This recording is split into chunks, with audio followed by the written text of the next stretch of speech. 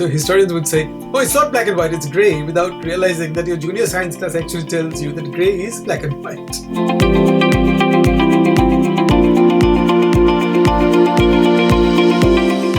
Hi, my name is Karina from Academic Influence, and I am here with Professor Chakrabarty, who is a history professor at the University of Chicago.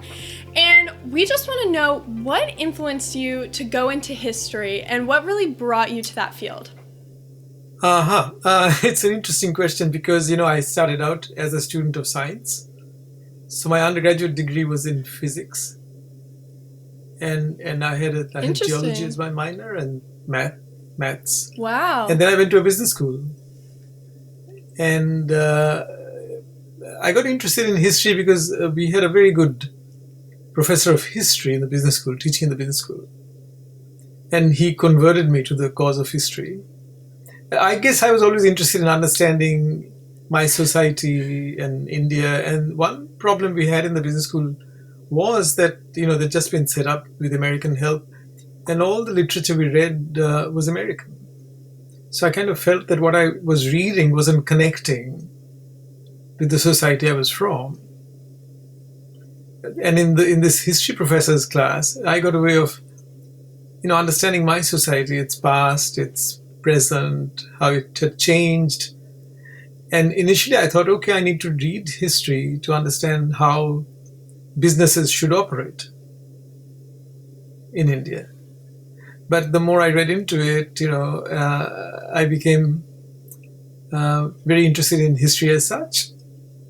And so I began, my first piece of research was basically on trade unions and labor in India. So that's what I did.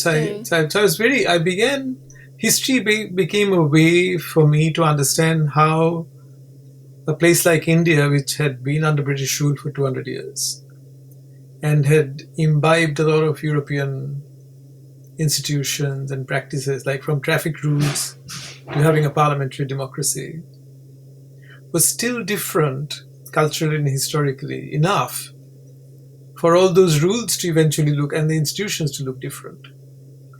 So I became interested in the question of what did we owe to Europe?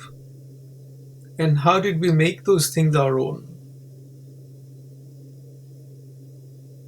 So that's yeah.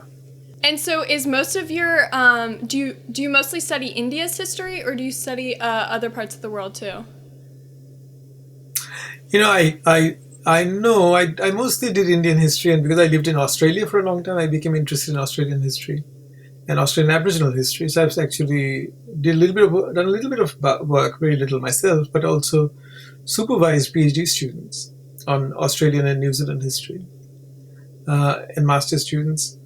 But in the last 10 years, I've been actually working generally on climate change globally and its implications for the writing of history. See, one thing that happened in my case was, because I came from other kind of subjects to history, I was always interested in understanding the difference between how historians thought and how physicists thought, for instance.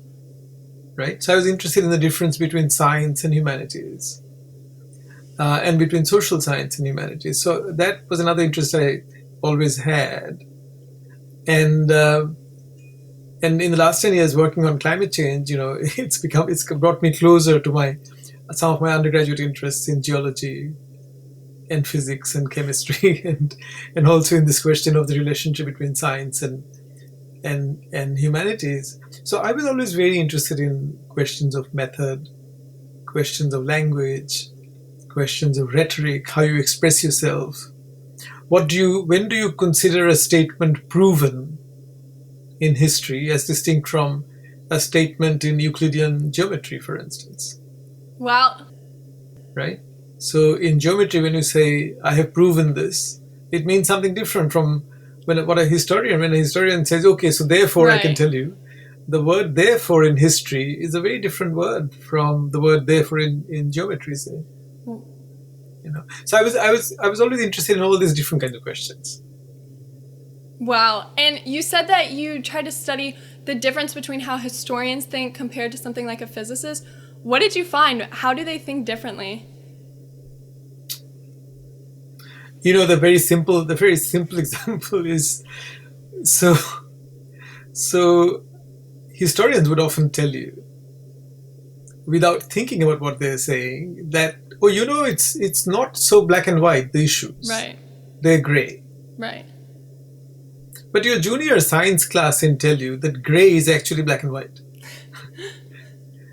Do you see what I'm saying? Yeah. So historians would say, oh, it's not black and white, it's gray, without realizing that your junior science class actually tells you that gray is black and white. That is such an interesting way of thinking about it. Right? So